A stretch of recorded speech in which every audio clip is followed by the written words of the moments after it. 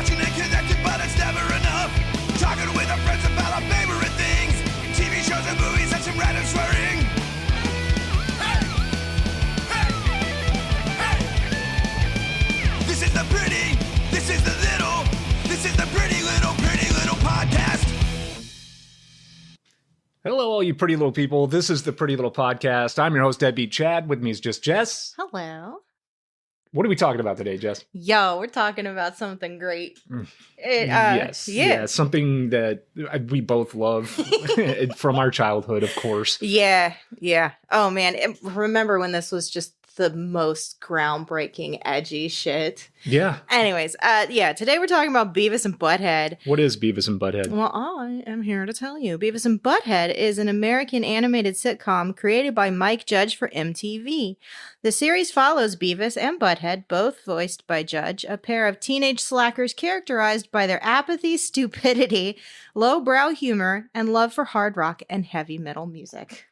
Yeah, it sums it out about correctly, because this isn't deep. But it can be unexpectedly for like a fraction of a moment. We're going to get into that for sure. Yeah. But just a disclaimer here.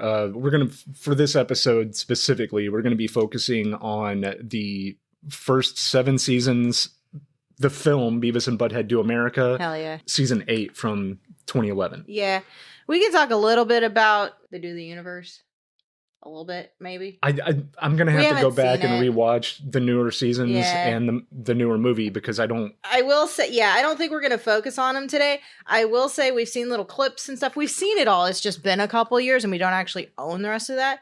But it's still just, in my opinion, it's funnier now. I agree. Like starting with Beavis and Butthead Do America onward is the funniest shit. One of those it's better things, than the regular seasons. Yeah. Original seasons. It started out, it was funny as hell for the time. Sure. And I do think that it only got better. Yes. With Mike Judge, anything Mike Judge, he is like one of the most underrated people making. I agree. He makes movies his and triumphant TV return shows. To the podcast. Right. Because he did Idiocracy. He did. And it's just like anything that man does, like I will watch. Yeah. And it's usually pretty good. It's usually like extremely satirical. Yes.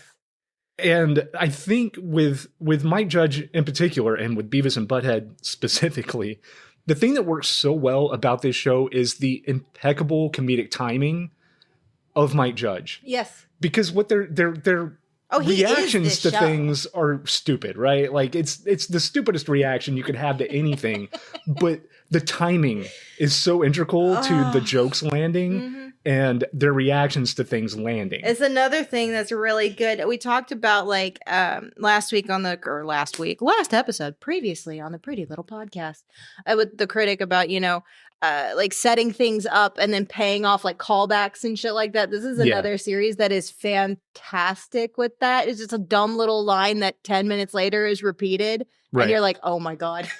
Yeah. And I mean, so good. When it comes to Mike Judge, like, when you hear him talk about his career and how it got started, like, you could say luck had a lot to do with it, because I do think it was a fair amount of luck. But, he animated 3 shorts, one of which was Frog Baseball, which was the first appearance of Beavis and Butthead. Mm-hmm. And not really knowing what to do with it, he just made them in his home, and he was hoping that he could get them out to festivals and things like that. Sure.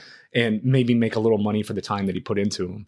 And what really happened there was MTV had a show called Liquid Television that predates Beavis and Butthead. And this is where things like Aeon Flux came from. There were a lot. We're not going to get into Liquid Television too much. I do love the show, and I have watched it recently. It's just a series of different independent animated segments, all different genres and styles and whatever. Right. And somewhere or another, Mike Judge caught the attention of MTV with Beavis and Butthead. Those 3 animated shorts that he made wound up being put on Liquid Television, and I guess it kind of blew up and people demanded more, so MTV decided they were going to make a show. It really was like a cultural movement. Yeah. It shifted things. If there's 2 things in the 90s that I think like defined Gen X humor in a nutshell, it's Beavis and Butthead and The Simpsons. Sure. Those were the 2 things in the 90s that just kind of seemed to be the most like captivating for audiences, especially in the early 90s. And my grandma equally hated both of them. Oh yeah. This was like oh, the world is ending. Oh, the death of the boomer civilization. parents hated Beavis and Butthead. Like, I think it even like, what was it? That George Bush Sr. Oh, yes. was outspoken about Beavis and Yeah. Butthead and The Simpsons. And Like, again, we went back and watched it all. Yeah. Like, and it's so tame in comparison. Oh, sure. You know? yeah, I mean, it's tame, but I understand like parents' concerns at the time Oh, because sure. you really didn't want Beavis and Butthead influencing your children. No, you really to don't. the degree No. that they did, because they're very outspoken about not giving a shit about school Sure. or work And or responsibility. Beavis and Butthead, like they are like, they would be the TikTok generation now. Sure. With the reactions to things, with the just flippant, not giving a shit like mentality of everything around them.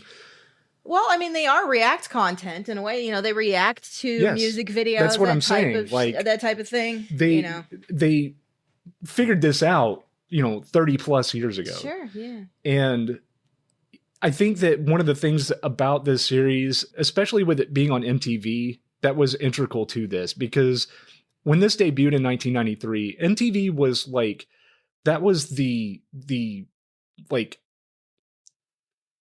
I want to say underground, but it's not. It just wasn't the mainstream. Counterculture thing for the Right, time. yes. And had Beavis and Butthead been on like basic cable or network television, it would not have been what it was. No, it was the right place at the right time. Right. And it was good enough to actually be worth all the it is more than that. It is. And boobs. what they did they did with this that I think was incredibly smart, because the budget on this was not high at all. So basically what they had to do was, each one of these animated segments were anywhere from 4 to 10 minutes long. Right. Like a Warner Brothers cartoon or something. They were animated shorts. Right. And then they would subsidize the running time with Beavis and Butthead reacting to music videos, because MTV was known at this time for music videos. In theory, music television, what a concept. Yeah. They played music videos. Yeah, this was MTV, like, this was This was the beginning reality of television. it really being something fucking Right, awesome right. in the So music 90s. videos were really their bread and butter at this point in time. And why that was incredibly smart is MTV already had the rights to show these videos. That's true. So they didn't have to pay any extra money to run the videos, but also they just reused animation of Beavis and Butthead with Mike Judge recording improv reactions. Mm-hmm. And a it lot was of the reactions, you don't even see Beavis and Butthead. It's just their voiceover as you're watching, Yes, the music video. So absolutely. yeah. And there have been bands that have gone on and they record. cut to them dancing. There have been bands that have gone on record saying that, like, Beavis and Butthead's reaction to their videos made them famous. Sure. And bands like Winger, Wow. who have gone on record and said that they effectively ended their career. Well, if Stuart wears your shirt, it's not a good sign. Yes, yeah. We'll get into that too, because that's the, like, I'd say that- Winger was over before Stuart wore the shirt, but whatever. I would disagree. I think Winger was, we're talking about the early 90s. People still had that I 80s butt guess. rock mentality. I guess. Not everybody had caught on to the Nirvana like grunge scene yeah. that was coming in. Not everyone was into that. I guess I was just the coolest fourth grader in town. Yeah, probably. Because I was in fourth grade when this came But that's one of the, like, subliminal things about this show that you don't really realize until you watch it like we did as an adult. One of the things that I realized, Beavis and Butthead. Butthead's got an AC/DC shirt. Beavis wears a Metallica shirt. Yeah. They were pretty big bands for the time. Sure. And then Stewart's wearing a Winger shirt. Yeah. And it's almost as if Winger is, like, looking up to these other bands, wanting to. Sure. So the there's a nerdy subliminal kind of not quite cool enough, even though arguably Beavis and Butthead are fucking losers. I mean, they really are, yes. and they relish in that, Right. even though they're cool. But that was part of the coolness. I mean, especially they of look the up to 90s. Todd, so I mean, what are you gonna say? Yeah, exactly. There was a hierarchy there for sure. But sure. Beavis and Butthead were in a way just like Stewart when it came to Todd. Well, yeah, you could argue because Stuart comes from a good household. His parents are there. They're stable. They care about him. They're trying to raise him right. And he's just he wants to be cool. He wants to be the cool kid, but obviously he's not cool. So yeah, I could see that, him representing Winger and like the shifting of music and mentality of what's cool and what's not Right. at that time. Yeah, that makes sense. I hadn't thought about it, but yeah, I could see that. Yeah. So how did you find out about Beavis and Butthead? Okay, well, it's very specific, and I remember exactly when, and it's not going to make it doesn't. Okay, so I was in 4th grade, and we were painting little pumpkins for Halloween, like, the teeny little ones. Mhm. We all had to paint them, and then we had to name them, and then there was like a ranking system, like first place, second place, third place, whatever. Right. And I remember being confused because 2 of the boys in my class named their pumpkin Beavis and Beavis Jr. And I was like, I don't know what that is. So I named mine Beavis Intermediate because I was like, yeah, I'm just going to play this off. I'm totally cool. I'm down with whatever the fuck this is. Right. Sure. I won 3rd place. Beavis Jr. won. He was the best one. Nice. But yeah, so then after that, I just kind of listened to the boys talking, and then they were talking about, because I didn't have MTV at this time. I didn't have cable at my house. We did at my dad's house, but I lived with my mom. So yeah, at that point, then I was clued in and I knew to check it out. Well, like you, my first interaction with Beavis and Butthead happened at school. Oh. That makes sense. That's how we learned things. Well, I was just walking down the hallway to class, and on the floor, I found a Beavis and Butthead keychain. I guess somebody had dropped it or lost it or whatever. And I had no idea who Beavis and Butthead were, but they were both on this keychain. And the little logo was on there and everything. Sure. And I just saw Beavis and Butthead. That was the first time I'd ever seen Beavis and Butthead. So I just threw it in my pocket and kept it. Of course you did. And it just seemed like... You're like, oh, mine. It just seemed like after that, it's like, when you buy a car and then you're driving around and you notice everyone is driving the same car now you drive. All of a sudden you become aware, so it's everywhere. So and then it just felt like the very next day there's people wearing Beavis and Butthead shirts. And then I was like, okay, I have to figure out what this Beavis and Butthead thing is. So I found one of the kids at school wearing the shirt and I was like, what is this? Yeah. He was like, oh, it's a cartoon. And to me, cartoons were like Saturday mornings. Sure. They were, just network television or whatever. I had no concept that MTV was even showing cartoons at this point. So I kept trying to find, I was looking in the TV guide and everything. And finally, little baby Chad. Yeah, I finally saw it in the TV guide and it was on MTV. And you're like, I found the listing for Beavis and Butthead. No wonder. Right. So I would go spend because we didn't have cable at the time. So I would have to go spend the night at my friends' houses or whatever and be like, hey, let's watch Beavis and Butthead. They're on right now. And that's kind of where it started, was going to friends' houses, sleepovers, things like that. Yeah. And then, I was one of those kids that recorded everything on VHS. So I would just take my blank tapes with me and record episodes of Beavis and Butthead at other people's houses. It really did capture something in a child's mind, because at the time, like, I was not even a teenager at this point, and, it was like looking up to an older brother or just somebody who's in a higher grade than you. And in a way, like the hierarchy of the characters in the show with Beavis and Butthead and Todd, and then Stuart and Beavis and Butthead, there was our generation with the show. We were Stuart. Yes. Yes, exactly. Oh, no, we are all Stuart. And, for all that this is just misadventures of slice of life, day in the life of these 2 inept losers that just kind of coast through life and just let things happen around them. They do eventually. In the beginning, Beavis and Butthead were kind of the arbiters of the chaos, right? They would cause the issues. And there's one episode in particular where they go into a bank to get a loan. And that particular episode was like a change in the series itself. Because after that episode, when they wanted their own 900 number. Is that what it was? They wanted a loan to start their own. They were trying to get their own 900 number. Right. Yeah, and then the police bust in. Yeah. And they're trying to arrest the loan officer. because he was Oh. wanted for embezzlement. Yeah, that was the lawyer. They were And- trying to sue somebody for something. I don't remember. Yeah. Anyway, the I know what you episode that mean. I'm talking about, the police come in, Yeah. they arrest the loan officer or try to, and he runs up to the top of the building and he threatens to jump off and commit suicide. Yeah. And Beavis and Butthead, or the police had Beavis and Butthead go up there to talk him down. Uh-huh.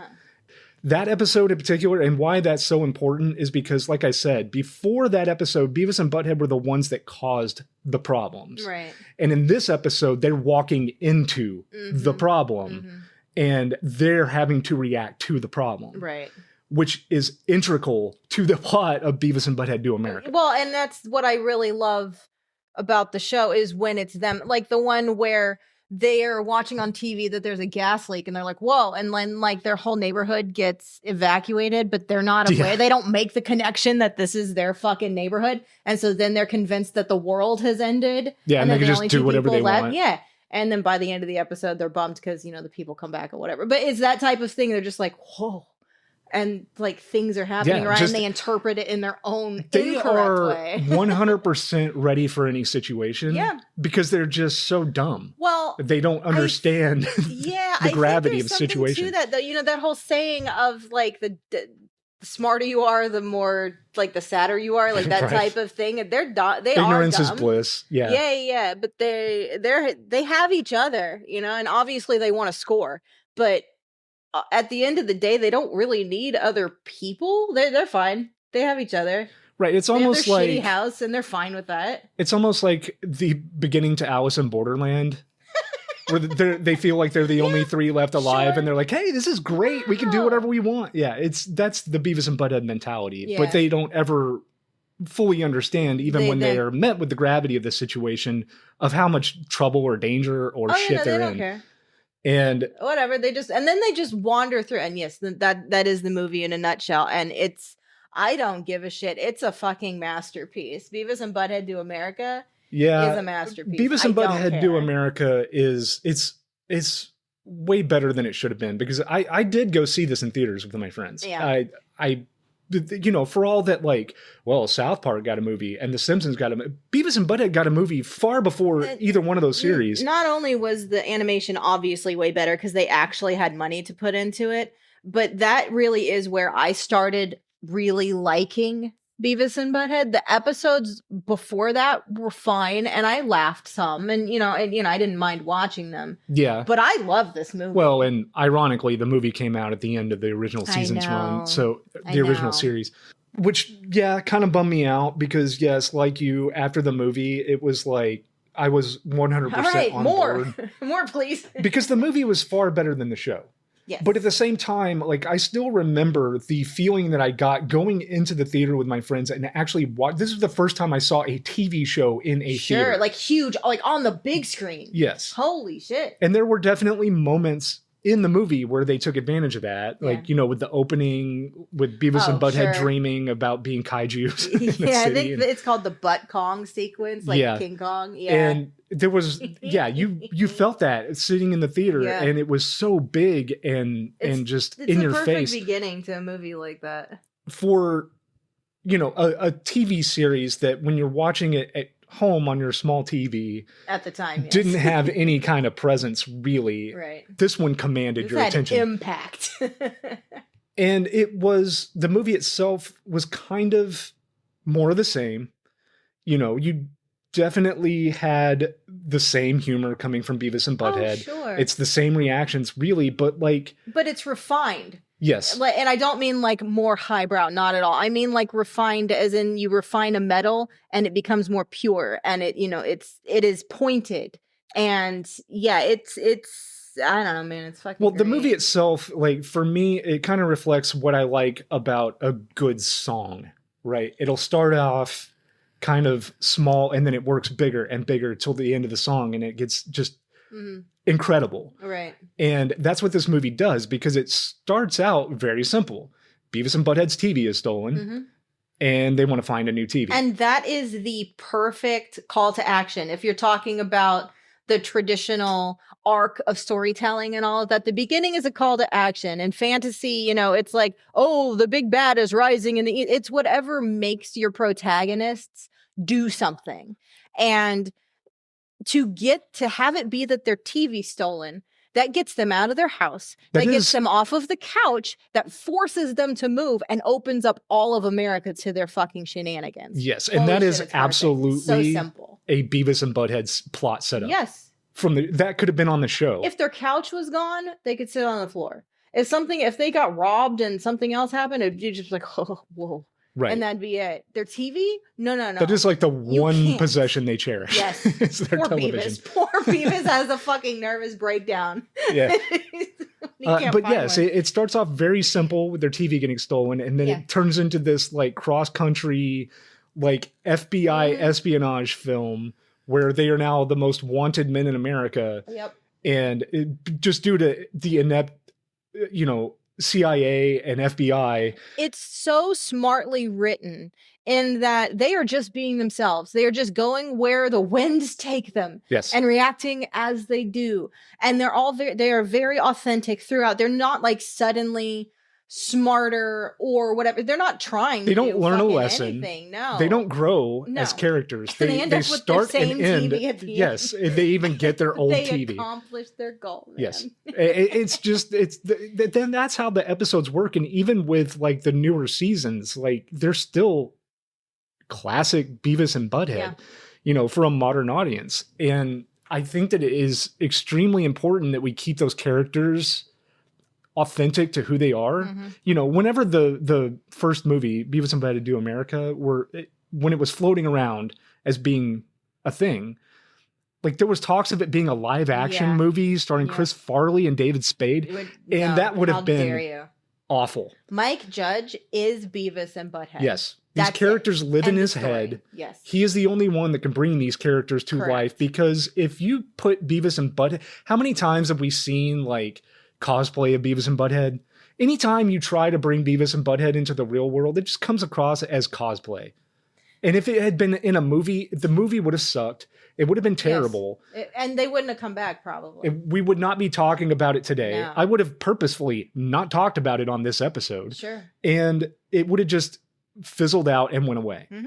And because I'm so glad that they went with the traditional, keeping it animated, putting a little bit of a budget into it. Yeah. And also, I think something else that they did right with the movie, and to Mike Judge's credit, Hollywood wanted to put music videos in this thing, and it would have dragged the movie down. It would have solidified it in this one time in place. Yeah. It would have been a time capsule instead of something that is just going to live on generationally. Sure. And I'm so glad that they didn't do it. The compromise was the Rob Zombie style animated The segment. tripping hallucination which of Beavis also- in the yeah. desert. Yeah. That was done so well because it was a peyote trip Yeah, sure. in the movie that He eats a weird made cactus. sense in the context of the film. Sure. And had they just peppered music videos throughout this thing and stopped what was going on, Well, it wouldn't It make would any have fucking been sense because they terrible. don't have their TV. They're on the move. What are they going to go to a hotel and that was the watch a music consensus. video? And Like, then as move they on? went around the movie, they were going to find televisions in different places and react to music videos. No, And it would have been awful. I'm glad they didn't go that route. Me too. And it also would have cut down, because the runtime would have been the same. It would have been the Sure. same. And it would have cut down on the plot of the movie and what was going on in the movie just to inject these whatever popular band at the time. This came out in 96, so it probably would have been like the Butthole Surfers and the Offspring. And instead, they were on the soundtrack. Yes. So it's fine. Yes.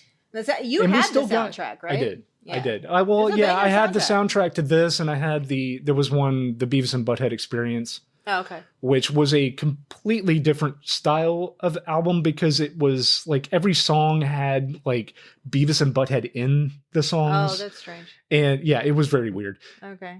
I liked the movie soundtrack much more than the Beavis and Butthead Experience soundtrack. Yeah, I think that the pinnacle of Beavis and Butthead for that time period was definitely the movie. And I think if they had 100%. continued the series, I think that the movie would have overshadowed it.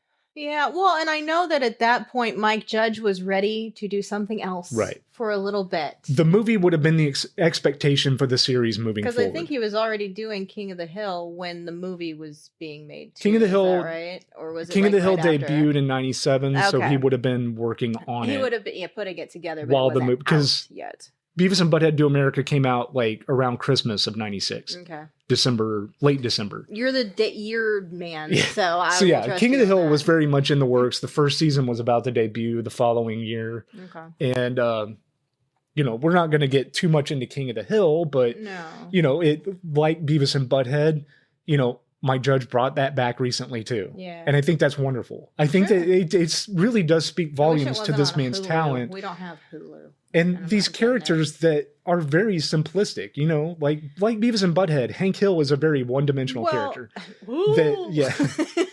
That kind of learns he's not like a Beavis and Butthead because he learns more tolerance as the episodes go on, and he becomes less, if you want to call it these days, we would call it phobic or whatever. He's not phobic. He's just a fucking Texan.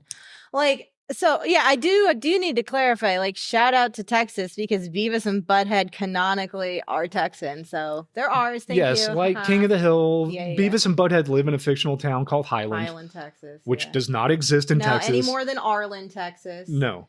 But yeah, and I didn't know that as a kid watching I didn't this. think about it. I didn't either. It wasn't until King of the Hill that I even knew Mike Judge really and found out that he was a Texan and all this. So all this shit was happening in our own backyard. And my issue with King of the Hill and why, I've watched it and there's definitely funny things, but I've known people like Hank and Peggy and everybody in that show. I grew up in the same area that Mike Judge did. Yes. So, and they're so authentic that I'm while watching King of the Hill, especially living in Texas, and to be fair, we live in one of the major metropolitan areas of Texas. So it's it's not accurate watching King of the Hill or Beavis and Butthead. No, but the stereotypes of the people there, I know every one of these fucking people. you know these people or you have them in your family. Correct. But I know these people. Getting back to Beavis and Butthead, no, you're 100% correct. But watching this, even from Texas, it didn't have a Texas feel to it. Well, not the stereotypical. They didn't have cowboy hats, and I had people ask me when I was a kid, pen pals from elementary school, "Oh, do you ride a horse to school?" And I'm like, "What?" To be fair, watching this as a kid, I just assumed this was happening somewhere in California. I don't think I thought about it. It just felt really. It felt very relatable, but again, that could be because it was Texas without me being aware. And Tom Anderson. The neighbor, right? Who basically has. I guess that's why it kind of had a Florida feel to it, because Tom Anderson would fit in Florida. Yeah, Todd is absolutely a Florida character. Sure, yeah.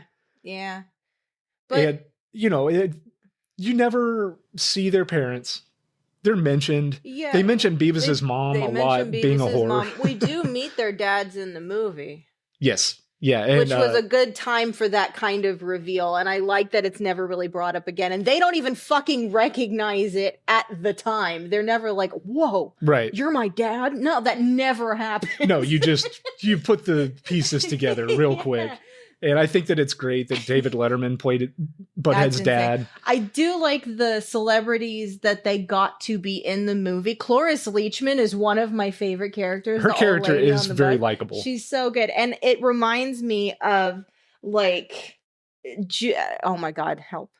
It reminds me of how Helen Mirren at the beginning of Documentary Now, the whole, right.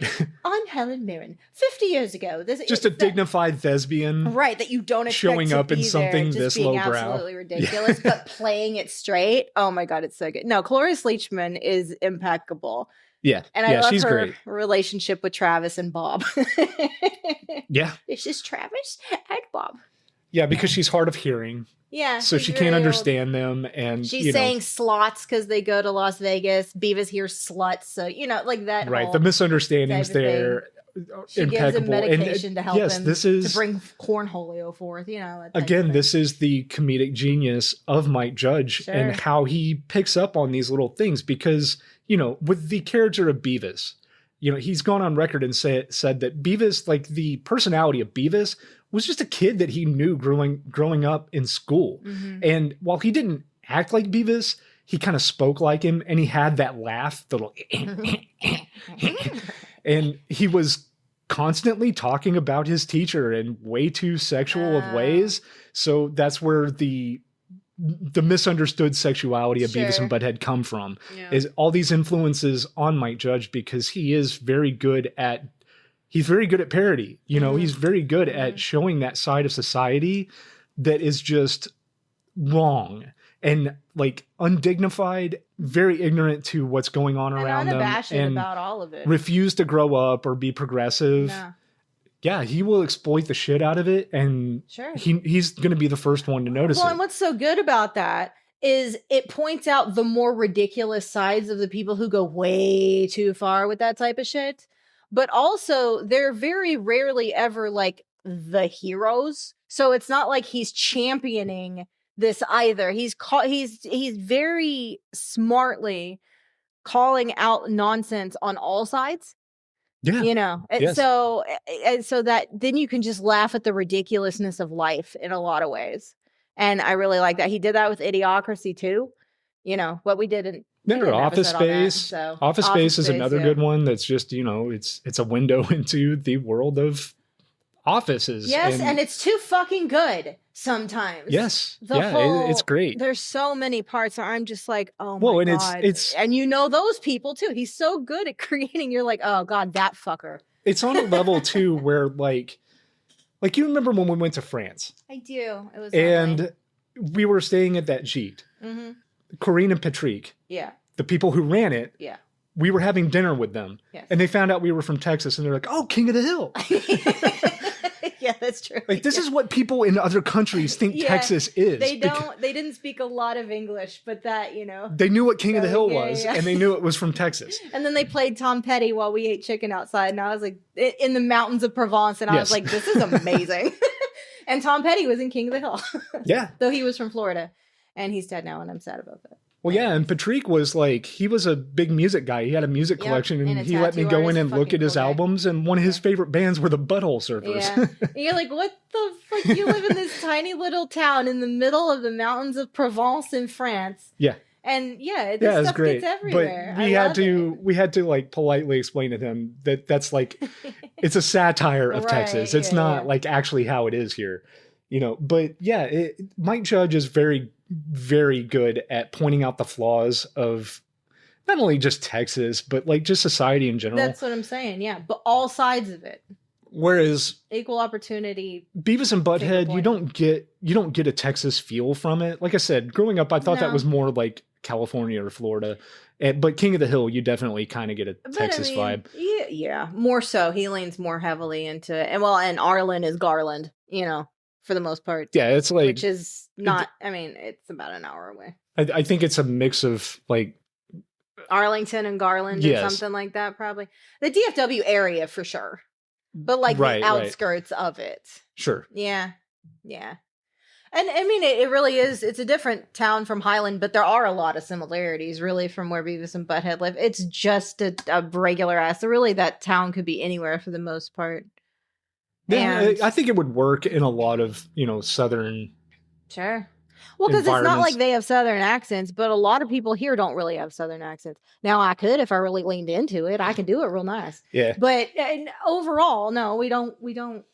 I'm probably 20. Well, and I purposefully don't have I've tried. I've gotten worse as I've gotten older. Right. Especially when I was younger, I was like, I want people to take me seriously. Right. I've had many people, go, oh, you're from Texas? Yeah. I had no idea. And I was like, thank you. Oh, yeah. When I was valeting at the airport, I would have customers come up to me all the time. They would find, we'd make small talk at the baggage claim or whatever. And, I would tell them I'm from Texas and they would have no idea. Yeah. Customer service jobs, you talk on the phone and stuff like that. And they'd be like, been so here where my are you whole located? life. And, my whole life. Now let's get into the hiatus of Beavis and Butthead. The series ended in, I think, 97 is when they finally called it quits. The last episode, Beavis and Butthead Are Dead, aired. Oh, yeah. And, King of the Hill took the torch and ran with it for a while. Sure. So Mike Judge didn't really fade away. And Beavis and Butthead never really did either, because they would make little appearances here and there on just award shows. Yeah, they would present awards and shit. They would show up on talk shows. Yeah. In their animated form. Well, of course. To their credit, Yes. which I think was beautiful. That's the only way to go. And I don't ever want to see them live action or even like more like realistic 3D animation. I don't want that. No, I do not want. Creepy. I don't want live I don't action want that. Beavis and Butthead ever. But when the third Jackass movie came to theaters, Hell you and I yeah. went to see it. Yeah, we did. And Beavis and Butthead are the ones that showed up at the beginning of the film to tell you to turn off your cell phones and all that. And I was like, holy shit, they're back. Yeah. Like, that's awesome. Like, Yes. and shortly after that, we got season 8. Mm-hmm. I remember watching this, way we back were when. there. We were so fucking there. And we watched it again very recently because the collection, the DVD collection we bought, has season 8 on it. Mm-hmm. While it is much of the same, the animation is obviously better. They've gone into the digital, so the color is better. The heart of it and everything. I understand why they did that, but there was some of the charm that was lost in it, because the whole point that Mike Judge has gone on record and said the reason why the animation style of Beavis and Butthead is like it is because he wanted it to look like it was animated by the mentally insane. Well, especially Frog Baseball definitely looks that way. Now, whether that's the case, maybe he just wasn't a great animator and he wasn't like, the best at what he did. did. Who knows? But I think that the animation style of the show was absolutely part of the charm. And they even kept some of that integrity in the movie itself. While the movie Beavis and Butthead Do America, Yeah. while that movie had a bigger budget and the animation was better, there were still moments in that film that you felt like you were watching the show. Sure. All of that is kind of lost with season 8. I don't know that I feel that way, but I don't know. Keeping true to the degradation and morality of the characters, or lack thereof, if you want, and keeping those characters traditional to who they are as characters, made this work 100% for me. Because gone are the music videos. Yeah. And now they're commentating on reality shows, which were just flooding MTV at this point. That's the thing. The 16 and Pregnant, the whatever, the Keeping Up with the Kardashians. Jersey Shore. Yeah. And I think that Mike Judge really hated the reality shows taking over MTV. And you can tell out of the commentary, because again, the commentary parts of Beavis and Butthead are all ad-libbed. Mm-hmm. He said that he usually reacts as Butthead first, and then he'll have Beavis come in and react to what Butthead is saying. I would like to think that in his mind, Butthead is the character. Beavis is the reaction to Butthead, because Beavis is kind of the lackey. It's kind of well known that Butthead is the driving force of these two, and Beavis just kind of goes along. He is and I only say that because canonically that is correct. If you go and watch, there's a Christmas episode from the original run. Yeah. They show two sides of Beavis and Butthead it's told in the way of A Christmas Carol. Right. Where Ebenezer Scrooge is met by 3 ghosts and shows him what the world would be like without him in it. Yeah. And how much better it is for lack of him being there. And so they do that with the Christmas special. They show, Butthead's version is he's met with the ghosts, and they show how Beavis would have turned out if Butthead had died or not been around. Right. And his life is better. He's a pillar of the community. He's helping out at the soup kitchens. He and Stuart are best friends, and he's polite and kind. So canonically, Butthead is the reason why Beavis is how he is. I mean, because it doesn't happen the other way around. No, I know. Without Beavis, Butthead is the same. Well, yeah. No, and that's all valid. I like Butthead as a character. I think he's very funny, but I love Beavis. Butthead he's there's a lot of common sense to Butthead. Sometimes. Sure. It's one of those, somebody's doing weird shit and he's just like, the fuck are you doing? Yeah. Well, he wouldn't say that. That type of thing. His reaction to it is just like, why are you stupid? Yeah. You know, it's that common sense side of him, but he is in and of himself is too unaware to really have any. He has no self-awareness. Well, how really, dare I he don't have think. any commentary yes, on it at exactly. all? Who the fuck are you to speak? Whereas Beavis, like, I guess he does follow Butthead around more, and he definitely gets bullied by him, but he's the one with the lines more often than not that are more insightful. Just out of nowhere, he'll have this, but it's always like he kind of mutters things, and it's not like he's Yeah. necessarily keeping it to himself. I think maybe he just... He's keeping it between he and Beavis because at the end of the day, he doesn't really care what other people think anyway. No. Yeah, no, I mean, Beavis is the one who says things, or you're just like, oh, damn. That was a really sharp insight there, sir. You know? And he has more... Beavis has more of my favorite lines than Butthead. Right. And the character of Beavis, and I agree, Beavis is my favorite of the two. And one of the genius things about Beavis to me is the duality of Beavis, if you will, because when he takes too much caffeine or sugar or pills or whatever it is, if he just overindulges in anything, he becomes Cornholio. Yeah. I didn't really care for the Cornholio character when I was younger, mainly because of the assholes around me that insisted constantly on doing their impressions of it. Yes. It's like anything else. 100%. It's when fans can kill a band for me in the same way that fans of Cornholio killed that character. Or like the fucking Pickle Rick bullshit. Right. It's that Yes. type They of take thing. it too You're just far. like, oh my God, it was funny. And now just shut up. Yeah, the fans of Rick and Morty have killed Rick and Morty for me in the same way that, you know, the fans of Beavis being Cornholio back in the day. Now, I love Cornholio now. I've grown to appreciate it. Yeah. Like, it really is this, like, where the hell do you even get the idea for this? Right. What to put, and it's so specific. You know, the shirt on the head, the hands up like this, the sudden, like, completely different, like, speech patterns and just free stream nonsense boom through. Well, yeah, and they even make mention of that in the original run when they go to a comedy club. Mm-hmm. And it's one of those like a slam poetry situation. Right. And they're sitting there and one of the yuppies is telling Beavis he really should have this cappuccino, whatever frappe bullshit. Yes, it's just ice cream with coffee in it. Yeah. Basically. And then he becomes Cornholio and he gets up on the stage and they're all like, oh my God, this is the most insightful thing we've ever seen. They keep giving him coffee. I mean, he becomes a cult leader at one point because they're like, "Oh, he's speaking in tongues," because their cult leader had just died, and they said that he was going to be reincarnated. And Cornholio just happens to be there. And so he ends up, you know, as a cult leader, and they're like, "Oh my God, what's his meaning of this teepee? I don't understand. We must get him more. He needs more." And you spelled it out correctly because, like, you were like, he could absolutely have any of these women sleep with him right now, and he doesn't even know it. He has no idea.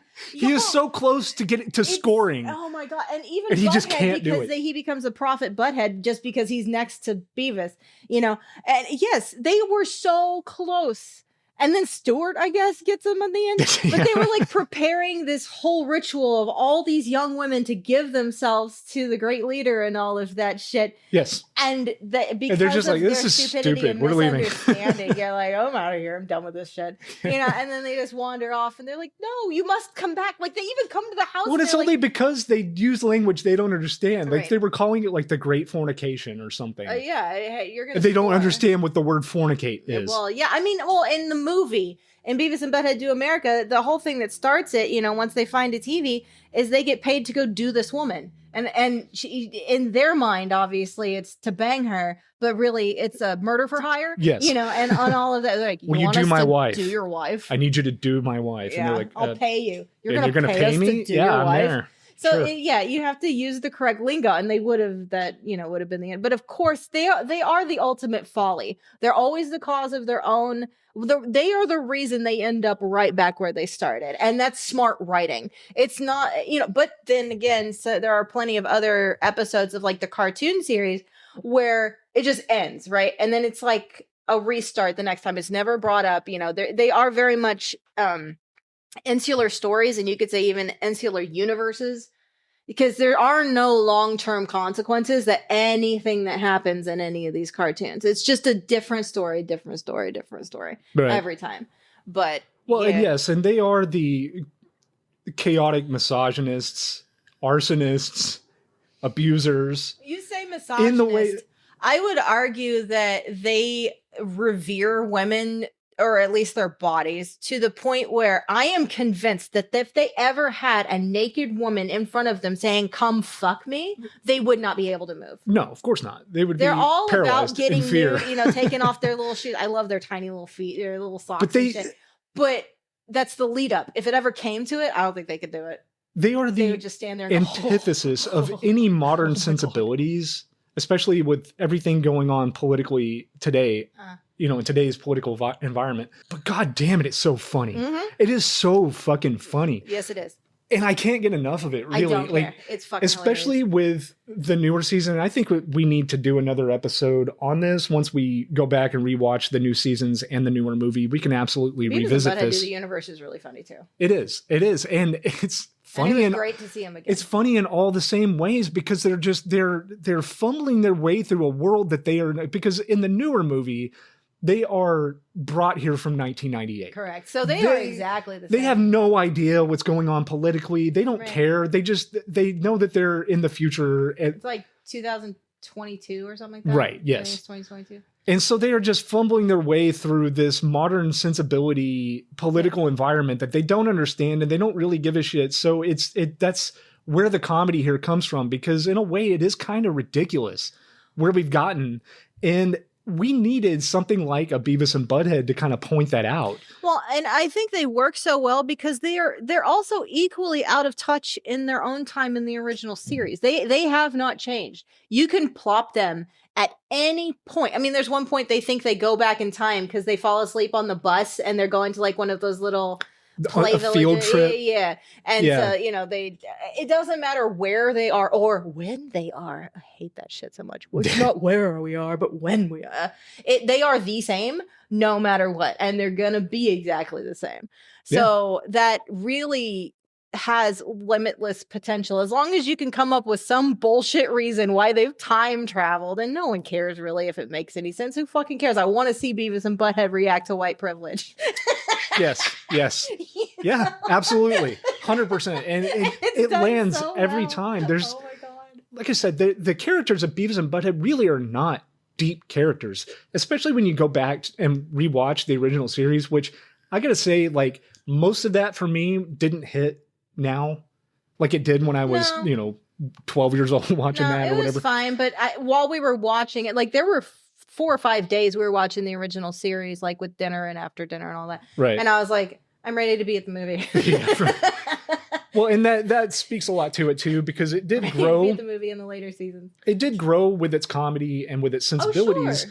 And I do think that the season 8, the 2011 series, was better Oh, sure. than the original. I think so. I don't think it was better than the movie, No, the first movie. but we needed those cartoons to learn the characters and also to let Mike Judge and whoever else was writing grow in it and evolve along with, so they weren't bad.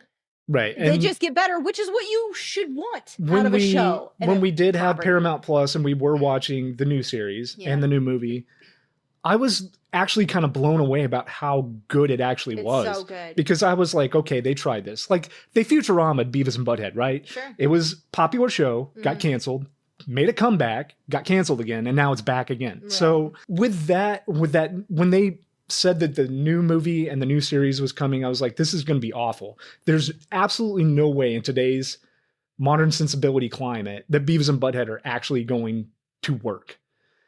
And they nailed it. And it's better than ever. It's far better. I highly recommend watching the new 100%. series, the new movie. If you can go back and watch the original just to see where it came from. I do think that the original series really is kind of stuck in a time. Well, and I feel like you really kind of needed to be there, especially for like the music videos and the different things and some of the references they make or, things like that. Like it is better if you already know what it was like to live in that time. Yeah. You know, especially like Yeah, I if said, the you- reactions and stuff. If like you weren't that. alive in the 90s, or if you were and your parents just forbid you to watch Beavis and Butthead or whatever, I mean, yeah, it's going to be really hard for you to like latch on to But that original I would series. start with the movie. Like, definitely watch Beavis and Butthead Do America because it's fucking genius. Yeah, and then move forward, and you'll. You love don't it. have to know anything about these characters No. or the show to Nope. enjoy the film Nope. at all. No. And I think that was beautifully done. There was no callbacks or things in the movie that you absolutely had to know. Like, whenever I went to see the X-Files did this too. And they brought that first movie into theaters and I went and watched it. And it was kind of a continuation of the show. So you did kind of have to watch the show to understand it. Slayer movies and stuff like Beavis that. and Butthead, no, you do not. Go watch Beavis and Butthead Do America. It is absolutely worth it. I think especially even today with like, when you go back and you watch something, especially from the 90s, and you realize, oh, like there's no technology in this movie. Like no one has cell phones. Yeah. Like the fact that they lost their TV wouldn't even matter because they would have had a cell phone in their pocket and they would have just watched their cell phone or their iPad or something, So it is a little outdated in that way because the TV that got stolen is not a flat screen TV. It's a console TV. It's got the rabbit ears. It's everything. There's no technology in this movie at all. And when you go back and you watch the newer series, there is. X5 chip. Yeah. Even with the 2011 reboot, there is technology there because there's an episode where they go onto a military base for a school trip and they wind up fucking with the military drones. Yeah. So, I mean, you do get a little bit in the newer series and definitely in the newest series when in the new movie where they go to NASA and they become astronauts. Space camp and end up because they're really good at this one particular movement that obviously looks like sex. And so they're like, oh yeah. Yes. And they go to space and all this stuff and And that's how they get, they go forward in time. Yeah, they do. Let's just say that. Yeah. I don't want to ruin the movie for you. I don't want to ruin any movie for you, but I will say that when it comes to both of the movies, while I enjoyed them kind of equally, I think that they are equally good. I just like that first one better just because I have more of a there's a nostalgia thing there, and I've definitely seen it far more. Like when it came to this, I was thrilled to watch it again, but I wouldn't have had to. I know that movie. That's another thing that you and I quote, off and on forever. It's just, and it's so dumb. It's so dumb, but it's so good. But there really is something to goddamn. Just like, oh my God. Going and seeing that with my friends in theaters, there is more of a tangible attachment to that movie for me because we watched the newer one in our living room, on the couch. Right, yeah. On our TV. We did. So there was as Beavis and Butthead would have wanted. Right. So while I do think that the movies are equally good, and I do think that the newer one, Beavis and Butthead Do the Universe, I think that one, like, the jokes technically are better. They are funnier. They are. Well, yeah. And the way that they handle modern society is way better in that movie than the first one. But I'm still going to like that first one better just because of the attachment that I have. The time it came in, it was the perfect time for me. That movie came out when I was a teenager. And I think that Beavis and Butthead, I think a lot of it dumb done so smartly, and I love it. And that's what Mike Judge does. Yes. Well, correct. Idiocracy is a perfect example of that. It's dumb done smartly, and not only that, but kind of a warning. Yeah. If we don't get smart, we're headed towards disaster. Oh, wow. And Beavis and Butthead kind of reflect that too. Even though they're just kind of in a world that they don't know how to navigate. They're in their own world, man, all the time. And they're disillusioned to the fact that, like, being cool is, like, all that matters. And yet their idea of what's cool is all the worst garbage shit. Well, it's TikTok, right? I guess. But, they see these, like, super slovenly, overweight, white trash, stubble and cigarettes and alcoholics and all this stuff. And they're like, oh, this is cool. That's cool. The coolest guy. Yeah. Yes. Know? So all their instincts are wrong. But being cool and getting laid are all that matters in this world. And if you're not doing that, then you're a loser. And that's like what they are trying their hardest to live up to is this 90s, like Generation X teenager idea of what being cool Well, is. and because like they're what canonically like 15, Yeah, 15, 16 you know, years old. and they're obsessed. We're never gonna score. Like Beavis freaking out. We're never gonna score. It's never gonna happen. I'm like, Well, sweetheart. canonically, Beavis You're- at least was born in 1978. Yeah, but We see his birth certificate in one of the episodes. right. So I mean, but in the time of the show, they're like 15. Yes. So- yeah, 15, 16. So, honey, you are a baby. Yeah. There's plenty of time. But another thing that the later seasons do that I really like, we won't talk about it too much because we didn't go back and watch, but the episodes when they actually did age them, which I wish more fucking cartoons would do. I agree. I'm used to that in like anime, like One Piece, you know, which is another one that the animation style changed drastically over time thanks to technology and money and whatnot. But they grow, they change, they evolve, and in American cartoons, you don't have that. And it's gotten to the point like with The Simpsons where it's fucking weird. Yes. Yeah. So the fact that they actually aged Beavis and Butthead up for several up, you know, in the newer seasons, and they are in their 40s now, and you get to see where and they I have agree. entirely And that- new that issues, is and I such love that. a chef's kiss. Yes. And not only that, but with like Beavis and Butthead Do the Universe. Mm-hmm. They were, Mike Judge knows it's going to be ridiculous for these characters to just still be 15 years old Sure. when they were 15, 35 years ago. Yes. Like, it doesn't make sense. So we're going to just time travel Time them. travel. There you go. Don't think about it. Yeah. Boop. Done.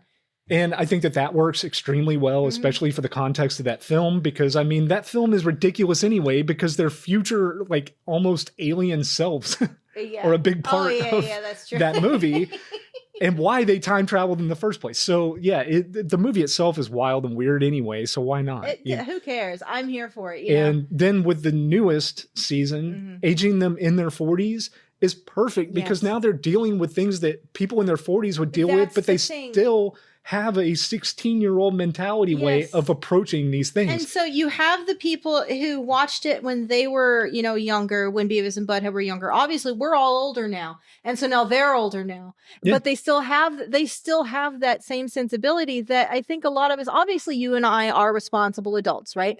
We work, we pay our bills, we go on vacation, we have a family, we do all of these adult things. Right. But there is still that sensibility that it's sometimes fucking nice to Yeah. sit down and not pay attention to the news and just But we laugh still- at these dumb fucks. We And still so act it's real inappropriate and immature, especially when Absolutely. we're together and especially when we're alone. And yeah, there's just something about that that's just not going to go away. And I think that Yeah. Beavis and Butthead, like for all it is a Gen X show, right? We're Sure. millennials. Yeah, we we are are. considered elder Elder millennials, but we millennial. were highly influenced by Gen X humor and 100%. like TV shows and things like that. Like they were the slightly older than us crowd that we looked up to. This is my sister's generation. Mm-hmm. Yeah, You know, sure. anytime my sister would have like her friends over or whatever, I was always trying to get in the room and hang out with them. Yeah. You know, it's just It's like wanting the to be around Jackass them. boys, that generation. Not the people who watch, because most of the Jackass fans were us, slightly younger, again, looking up to these people going, wow, this is stupid. I love it. Right. You know. And for people our age, like there's just always going to be a little bit of Beavis and Butthead in us. You can't, I'm a girl. I can't. you just can't ignore that fact. I No, mean, they know. were I was such just being a inappropriate. they were such a mega hit, Yeah. overnight success. Like I said, it was a cultural shift. It really was. It contributed to, with several other factors and other properties in music and stuff like that. But they were an integral part of that changing of entertainment and what's good. And it's a different interpretation of it, you know. And I think older people definitely did not fucking like what, because they saw nothing. It's the same like with Wayne's World and stuff like that, where you see the on the surface it's dick jokes and it's like dumb, you know, ha ha ha. You Mhm. know, you could say Bill and Ted in a different, because it's much more family friendly way. Right. But it's that type of thing where they just see the surface of and they don't Right. get, you miss the point entirely. Well, and I think that like, especially when it comes to the characters of Beavis and Butthead, right? They live in a house, but you never see their parents. I think this is just it's a like Yeah, I don't know. warning They of pay what their happens to your property kids taxes. when you don't parent them. Oh, 100%. Yes, And they're left to their own devices. The fact that they ever go to school is incredible. you assume, I guess, that their parents live there, but No. like, if they don't, then like, how are they still? How do they have a home? First of all, I was asking, how are do they pay paying their property bills? taxes? Because How are they they're paying full time, like high school students. Yeah, well, and they sometimes work at Burger World when they feel like it. Right, but they're still managing to pay their phone bill, to pay their electric bill, to pay their rent or mortgage, rather. Yeah. Because they live in a house, an actual Even if house. the house is paid off, So they have property taxes. You every do year. have to like So- understand that watching this, you got to turn off your brain a little bit because none of that makes sense when you actually start to dissect No. Do we how ever see stupid their they are, yet they're bedrooms? still able to pay their bills. When I know people who are intelligent these days that have trouble figuring out how to pay their Yeah. bills, Because I know Beavis talks about going in his bedroom sometimes, but do we ever see their bedrooms? I've never seen their bedroom. I've seen their You kitchen. you do in the video game. Oh, okay. Yes, which is not canon, by the No. way. Mike Judge had no input on No. the video games, but I do remember I used to have the Sega Genesis game when I was a kid. And yeah, you do see their bedrooms. You can walk around in their house and shit. I think that Beavis and Butthead as a whole, once again, it is the direct response, Mike Judge's direct response to the latchkey kid generation of not having parents around and just the horrors that can happen when you don't watch your kids or parent them. And yet I was a latchkey kid because my mom was a single mom. And, but God, I was so boring in comparison. Yeah. I mean, I didn't had do parents in that my home shit. growing up, and it. For better or worse, I mean, I did watch The Simpsons in my house because we had network TV. We didn't have cable until like the late '90s, so I never watched Beavis and Butthead at home if it wasn't on VHS. Yeah, no, the worst trouble I ever got in was forgetting my key, which I did a lot. And then I'd have to find a way to call my mom at work and then like get, I don't know, somebody to let me in the damn apartment. But yeah, it is. It's unsupervised teenage boys gone awry. There are some supporting characters which are really good in this too. Yeah, I mean, Van Daria was Driesen. definitely Oh, one of those Daria, supporting which was a whole characters that spin-off. showed up. She Yeah. got a spinoff series. I remember watching Daria with some friends. Daria never really hooked me the way Beavis and Butthead did. I watched it, but now I don't remember much about it. I know she had a friend who had, I don't remember her name. She had the dark short hair and her brother was Trent. Yeah. And I don't know. I don't remember. I remember thinking it was funny enough at the time, but it didn't stick in my head the way Beavis and Butthead did. No. And Mr. Van Driesen, their like hippie teacher. I don't know. Maybe his it would be little fun to go songs. back and watch Daria. I'm sure we can Maybe. we can get the DVDs and watch It's that. irritating me. I can't think of her friend's name, but it's whatever. I see her in my mind. Yeah, I know. can't think of it off the top of my head. It's like wasn't it like Dominique or something. Nah. It was- I don't know what the fuck it was. Whatever. yeah. Oh, and she had a sister. I can't remember her sister's name either, but she was super girly, Daria's sister.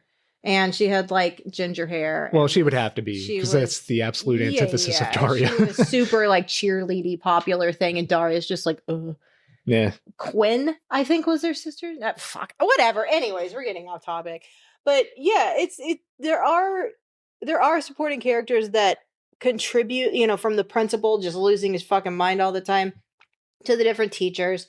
But it is the way that they react to Beavis and Butthead. Beavis and Butthead are obviously the stars of the show. This is their fucking world. We're just Yes. along for the ride, and we're gonna laugh at the fucking nonsense they find themselves in. Yeah, and the humor of the show, you're going to get a lot of potty humor, sex jokes, innuendos, But a lot of them- misunderstandings. A lot of them are really funny because they're smartly written in that I didn't see that coming until they said it. Like, you said anus. It's like entertain us. And then Beavis is there to go entertain us, anus. Oh, yeah. Yeah, Yeah. exactly. It's so dumb that my brain can't come up with it, but I love wordplay so intensely that once they point it out, I'm like, oh my God. Right. So, yeah. So- watch it. Definitely watch it. Yes. I would highly recommend, like, if you're going to, there's nothing wrong with going back and watching the original series. I think you're going to get less out of that than you will Beavis and Butthead Do America or the newer Yeah. reboots. I think that the 2011 reboot was that was a turning point for them for this newer series that they're doing now. Mm-hmm. And it really is integral. It's an integral link between the two series. Yes. 100%. That you absolutely, if you're going to watch the newer episodes and the newer movie, you want to watch the 2011 reboot to kind of usher you into that. Mm-hmm. I recommend, like I said, we bought the DVD set. What was it, like $25, something like it that? wasn't that much. Yeah, it was pretty cheap. It was all the original series, and then Beavis and Butthead Do America, and then the season 8. There's a lot of bonus features on it. There's a lot of the music video segments are all on there. I do like on that they have it separated out, so you can just watch the cartoons. Yes, that was if you want, done very well. So you just get the stories, and then if you wanted to watch the music videos, you can. And I really appreciate that. It does have Mike Judge commentary. There's Comic-Con interviews with him and Johnny Knoxville, which was great. So I highly recommend the DVD set. Watch it. You're going to have a dumb fun time. It's wonderful. It's really hard. There's really just like something so, regardless what they say or do, there's just something so charming about these characters. And the fact that they're almost, less so. He's kind of an asshole. Yeah. It's almost like they're a good foil for each other. It's almost like just watching somebody with a mental deficiency say the most heinous shit, and you're just kind of like, oh, they don't know any better. Oh, bless their hearts. Right. In the true Texan fashion. We'll bless their hearts. All right. I guess we can call that an episode. Jess, where can people find you? I am Jess Moon. Oh, I don't know. I'm at JHL Moon on Twitter. And I haven't been on Instagram for some time. I do have a independent publishing house called Shadow Spark Publishing. And we publish new books all the time. And, any kind of independent fiction you can think of, we probably have it. It is good quality. And you can check us out at shadowsparkpub.com. And, my social media team is far more active on the various socials than I am. So at Shadow Spark Pub, pretty much anywhere except TikTok, you can probably find us. Come check us out. Right on. You find me on Instagram at the Pretty Little Podcast. Watch us on YouTube as well. We put the episodes up on YouTube at youtube.com/at the Pretty Little Podcast 69420. Thanks everybody for watching, for downloading, for listening. I appreciate it. Thanks for interacting with us on social media. Share it, man. Let us know what you think and share it with your friends. We look at the analytics, and there are so many places that we're being listened to that, no offense, I have no idea what country this is or a part of the world. And, yeah, right. And I'm like, what is this? That's amazing. It is crazy when I open up, Buzzsprout, and I'm looking at it, and I'm like, we're in what is this? almost 300 different cities and 28 different countries are listening to this. It's really interesting, and I'm hopefully you're getting something out of it. I hope so. So thanks. But guys. we do this for you guys, and we're gonna keep doing it. We're having fun. As long as we're having fun, we're gonna keep doing it. And hopefully you keep listening. So thank you for listening. Anyways, that's all I got. So we see you next time. Bye. Bye.